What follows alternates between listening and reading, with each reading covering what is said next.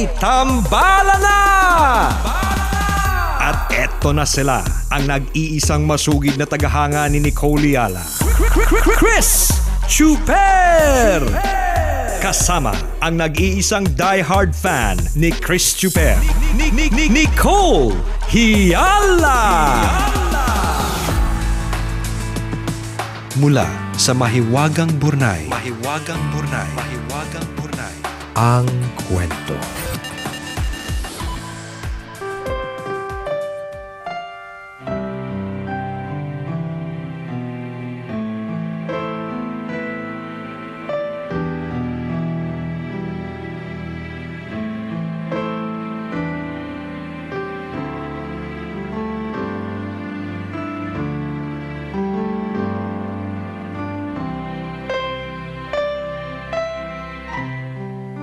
Ang sarap tumayo sa stage, umawit at sumayaw.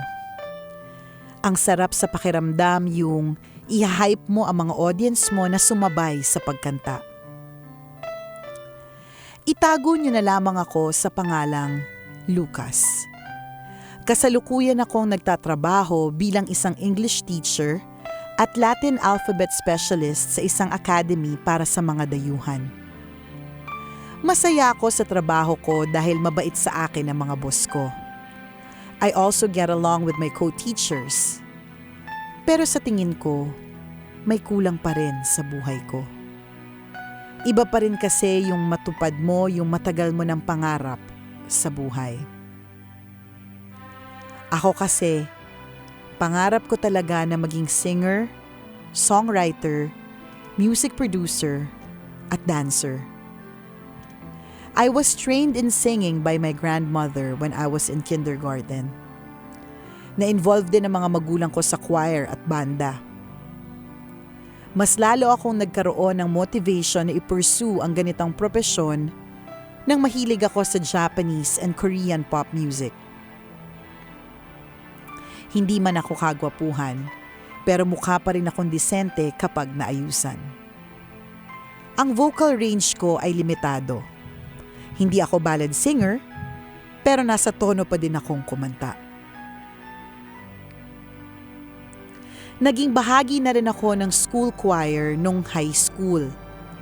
I started my music activities in 2012 noong nagkaroon ako ng opportunity na ipakita ang talento ko sa isang local indie talent competition. Matapos noon, umattend na rin ako ng mga auditions. Hindi ako makapasa dahil siguro kulang pa sa practice o dahil kailangan ng koneksyon o dapat anak ako na artista or sikat na singer. Magkagayon pa man, tuloy pa din ako sa pagpunta sa mga auditions sa pag-asang balang araw magkakaroon din ako ng break.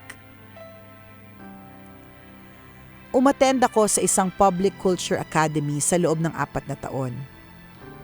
Sa aking pamamalagi doon, nakapag-aral ako ng foreign language, culture, instruments at nagkaroon din ng pagkakataong maging bahagi ng isang performance team. Sa team na ito nabuksan ang opportunity na makapag-perform ako sa iba't ibang lugar sa Pilipinas at ma-meet ang ilan sa mga sikat na celebrities. Nakast din ako sa isang foreign language musical in which I consider a very exhilarating experience. Pero sa kabila ng mga achievements kong ito, pakiramdam ko ay hindi na yata ako ile-level up pa ng institusyon. Pakiramdam ko din that I'm not professional enough. Dahil dito, I decided to leave my team and end my tenure sa academy taong 2015. Sa aking pag-alis, mabilis na akong nawalan ng mga opportunities. Hindi ko tuloy alam kung tama ba yung naging desisyon ko. Ang performance team ko dati, pumuntang overseas para sa performance training. Never pa ako nakalabas ng bansa sa buong buhay ko, kaya masakit ito para sa akin. Feeling ko tuloy, siguro inantay lang nila ako umalis para lang makapag-abroad sila. Kumusta na kaya ang mga nakatrabaho ko sa musical project? 6 lang kaming lalaki sa project noon. Sa aming 6, 2 sa kanila ang naging member ng mga boy groups na kasalukuyan nagpo-promote sa telebisyon at radyo at may mall tours pa. Ang aking project professor ay nabigyan din ng break na magkaroon ng sarili niyang TV show. Hindi ko tuloy maiwasang manghinayang. Pagsapit ng 2016, nag-focus na lamang akong full-time sa pagtuturo ng English. Pero sa taon ding yon, nagsimula akong mag-produce at mag-release ng sarili kong mga singles online sa SoundCloud. Pero ang masaklap, wala halos nakinig sa mga ito. Sinubukan ko na ring tumugtog sa daan. Nag-participate ako later on sa mga bar open mic sessions para mai-showcase ang talent ko. Sa kabila ng lahat ng ito, parang napakatumal talaga ng pag-usad ko papunta sa pangarap ko. For the past 7 years, I was thinking, what went wrong? Was it my image that prevented me from getting successful? Or talagang kulang pa ang effort na ginagawa ko para makamit ko ang aking pangarap? There are times that I've thought I deserved better. But then dapat na akong maging masaya sa kung ano rin naman ang meron ako ngayon. Dahil sa lahat ng nangyari, nito lang Agosto naisip kong itigil na muna ang mga music activities ko. I want to figure out kung para nga ba sa akin ang ganitong propesyon. Itutuloy ko pa ba ito? O hindi na talaga? Sabi nga ng pamilya ko, hindi ka mapapakain ng ganyang trabaho. Not to mention na pinigilan din nila ako from getting a music major sa isang university. Pero gustong-gusto ko talagang maging isang sikat na music artist.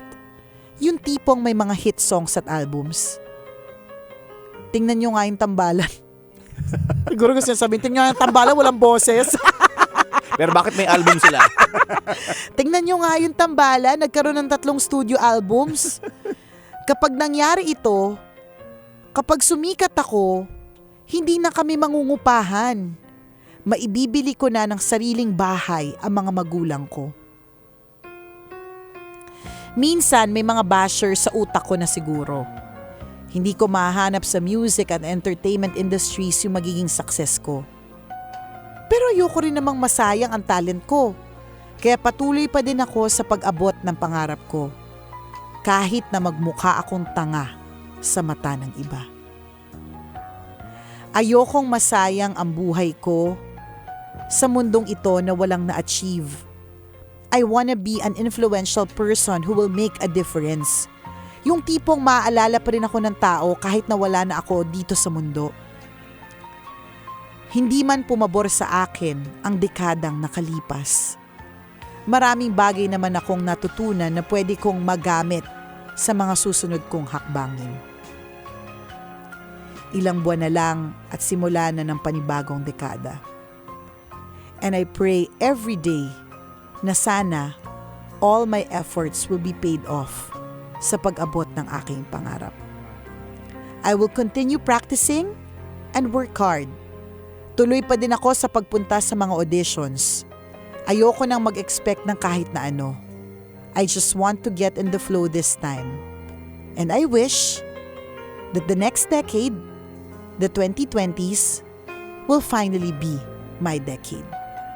Mananatili ang musika sa aking puso. Ako po si Lucas, 26, isang tambalanista, at ito ang aking hopeful story. Lucas, sa pagsikat mo, alam na this ha, wag mo kaming kakalimutan. Oo, naku, magpapa-autograph din kami sa iyo. Pero huwag mo kami papipilahin. Wag. Matatanda na kami para pumila. Una sa lahat, Lucas, pinarealize mo sa amin na oo nga, no, next year we start a new decade. Yes. Di ba parang bigla tuloy ako nag-flashback? Ano yung previous na decade from 2010 to 2020? Yan. Oo. Ano nga ba yun? Ang dami naganap, partner. Always your number one. SM Radio Station.